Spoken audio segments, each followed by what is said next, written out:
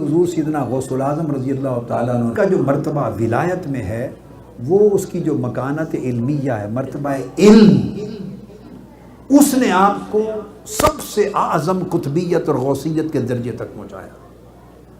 اب آپ کے اپنے کلام پر غور کریں، آپ نے فرمایا درست العلم حتی صرت قطبا ونلت السعد من مولا الموالی۔ فرمایا میں علم حاصل کرتا گیا، کیا؟ علم حاصل کرتا گیا، طریق علم پہ چلتا گیا۔ جیسے ایک بات علامہ صادق قریشی نے بتائی نا، طریق صدق، یہ ایک باب ہے آپ کا، اور یہ ولایت میں اونچا جانے کا یہ دوسرا باب ہے۔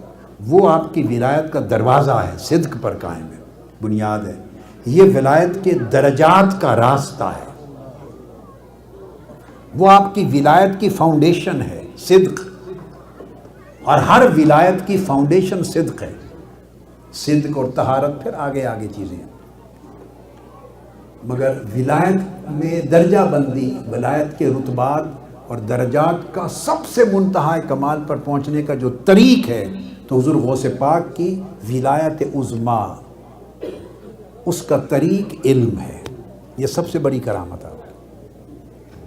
تو فرمایا درست العلم حتی صرت قطبا، میں نے علم حاصل کیا اور علم حاصل کرتے کرتے کرتے قطب ہو گیا۔ اب ہمارے ہاں علم کا اتنا زوال ہو گیا ہے کہ ہم مرتبہ علم کو ولایت کے ساتھ کبھی جوڑا ہی نہیں، اور ہم اس کا تعلق ہی نہیں سمجھتے۔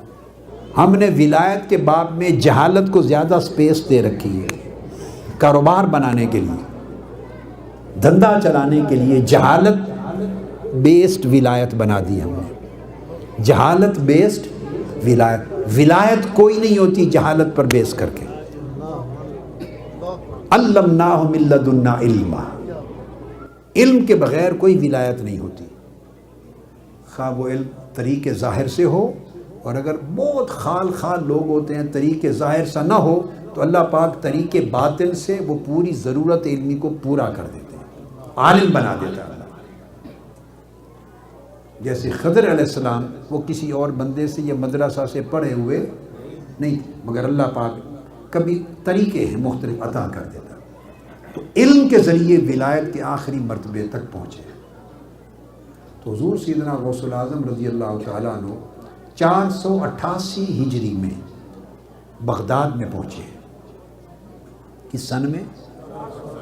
بغداد میں آپ کا ورود یعنی پہنچنا 488 ہجری میں ہوا ہے، اور وہاں پہنچنے کے بعد آپ نے وصال ہوئے آپ کا 561 میں،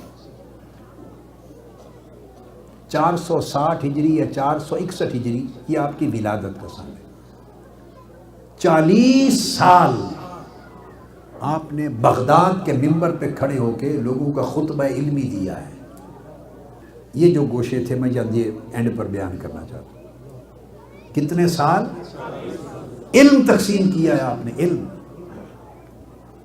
40 سال۔ 521 سے آپ نے خطبہ دینا شروع کیا ہے، 521 ہجری میں، اور 561 ہجری تک 40 سال آپ نے باب الشیخ، اب اس جگہ کا نام ہے جو آپ کا مدرسہ تھا، آپ نے اس مقام پر بغداد کے اس ممبر پہ آپ نے 40 سال خطبہ دیا ہے اور علم تقسیم کیا، علم کی خیرات۔ اور آپ ہفتے میں 3 دن خطاب فرماتے تھے، ہفتے میں 3 دن خطاب فرماتے تھے، جمعہ کے دن، اتوار کے دن، منگل کے دن۔ جمعہ کو جمعہ سے قبل، اتوار کی صبح اور منگل کو شام، ہفتے میں 3 دن آپ خطاب فرماتے، اور 7 دن آپ علم پڑھاتے تھے، آپ خود پڑھاتے تھے۔ He was a teacher, he was a professor, وہ شیخ تھے، استاذ تھے، مدرس تھے۔ 7 دن آپ پڑھاتے، 3 دن خطاب فرماتے۔ خطاب کی مجلس میں 70,000 سے لے کر 1,00,000 تک افراد شریک ہوتے۔ اتنا بڑا اجتماع ہر ہفتے میں 3 دن آپ کے حضور استفادہ علمی کرنے والوں کا ہوتا. وہ کرامات اپنی جگہ، وہ کرامات آپ کے مرتبہ علم کی گرد ہیں. یہ جو فرمایا قدمی حاضی علی رقبت کل ولی اللہ، میرا گردن ہر ولی کی گردن، میرا قدم ہر ولی کی گردن پر ہے، یہ جو رتبہ ولایت ہے اس کا طریق علم ہے، اس کا طریق علم ہے. اس وجہ سے آپ کو محی الدین کہتے ہیں. کرامتوں سے دین کو زندہ نہیں کیا آپ نے، علم سے دین کو زندہ کیا ہے.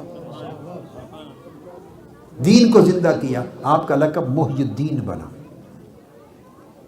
40 سال آپ نے خطبہ دیا ہے، خطاب فرمایا ہے علم کا، اور 33 سال، اس 40 سال کے عرصے میں 33 برس آپ نے اپنے مدرسہ میں، اس کو یونیورسٹی کہہ لیں، جامعہ کہہ لیں، اپنی جامعہ میں جو آپ کو اپنے شیخ سے منتقل ہو کے ملی تھی، 33 سال آپ نے ہر روز ہفتے کے 7 دن بیٹھ کے پڑھایا ہے، خود تدریس کی ہے. کبھی حضور سیدنا غوث العظم رضی اللہ تعالیٰ عنہ کی شان کا یہ گوشہ ذہن میں آیا ہے؟ بولیے. 33 برس 528 ہجری سے لے کر 561 ہجری تک 33 سال آپ نے تدریس کی ہے، پڑھایا ہے، اور 40 سال کا پورا عرصہ آپ نے خطاب فرمایا. خطاب فرمائے شروع کیے، آپ کو سمجھیں 8 سال 7 سال ہو گئے تھے جب آپ نے پھر یہ 12 سال بعد آپ نے تدریس شروع کی. 28 برس آپ نے تدریس کی ہے، اور ہر روز علم کے 13 سبجیکٹ آپ پڑھاتے تھے، 13 سائنسز پڑھاتے تھے. سب سے پہلے صبح قرآن مجید کی تفسیر پڑھاتے تھے، اس کے بعد حدیث پاک پڑھاتے تھے، پھر فقہ پڑھاتے تھے، پھر عقیدہ پڑھاتے تھے، اور پھر تصوف اور معرفت، اور اعلیٰ حاصل قیاس، ادب اور نحو اور لغت اور بلاغت تک پڑھاتے تھے.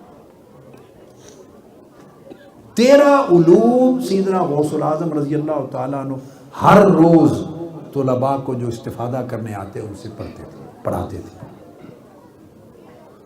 اور بڑے بڑے اکابر، اور آپ کی 70,000 سے 1,00,000 سامعین کی جو مجلس ہوتی عمومی، اس مجلس میں 400 کے قریب علماء یا کاتب بیٹھ کے آپ کے خطاب میں سے علم کو لکھتے تھے. 400 کتاب کاتب لکھتے تھے. اتنا ذخیرہ ہوتا تھا علم کا. اور جو براہ راست پڑھاتے، بڑے بڑے اکابر علماء، محدثین اور فقہا آپ کے زمانے کے آپ سے پڑھتے. امام ابن قدامہ المقدسی آپ فتویٰ دیتے. حافظ ابن حجر عسقلانی نے لکھا ہے، امام ابن حجر عسقلانی نے، کہ آپ مذہب شافعی اور مذہب حنبلی دونوں مذہبوں پر فتویٰ دیتے، اور عراق اور ارد گرد کے ملکوں سے فتویٰ آتا، اور آپ نے لکھا ہے کہ کبھی فتویٰ کا استفتاء ایک دن بھی آپ کے ٹیبل پر یا آپ کی مجلس میں نہیں رہتا تھا، پڑھ کے آپ کو پیش کیا جاتا، اسی وقت اس کے پیچھے فتویٰ لکھا کے روانہ کر دیتے. تأمل اور تفکر بھی نہیں کرتے تھے. علم اتنا مستحضر رہتا تھا، اتنا حاضر رہتا تھا. علم پر اتنا تمکن تھا، علم پر اتنی مضبوطی تھی، دسترسی، گہرائی تھی، گہرائی تھی کہ ایک دن بھی وقفہ نہیں فرماتے تھے. ایک مرتبہ 100 فقہا، کیا 100 فقہا چوٹی کے، ان کی سمجھ میں نہیں آتا تھا کہ یہ اتنا علم ان کو آتا کہاں سے ہے. کتابیں ہم بھی پڑھتے ہیں، مدارس میں ہم بھی جاتے ہیں، مطالعہ ہم بھی کرتے ہیں، یہ علم کہاں سے ان کا ورود ہوتا ہے، ان کے علم کا اور ان کے نزول ہوتا ہے. 100 فقہا کی جماعت آپ کا امتحان لینے گئی. انہوں نے سوالات کیے، اور تھوڑی دیر آپ کی گفتگو سن کر 100 کے 100 فقہا نے اپنے کپڑے پھاڑ لیے اور سروں کو پیٹ لیے. ان پر حالت وجد طاری ہو گئی کہ ان کے علم کے جو وسائل اور ذرائع ہیں اور جو مصادر ہیں وہ ہمارے فہم سے بھی بالا ہیں.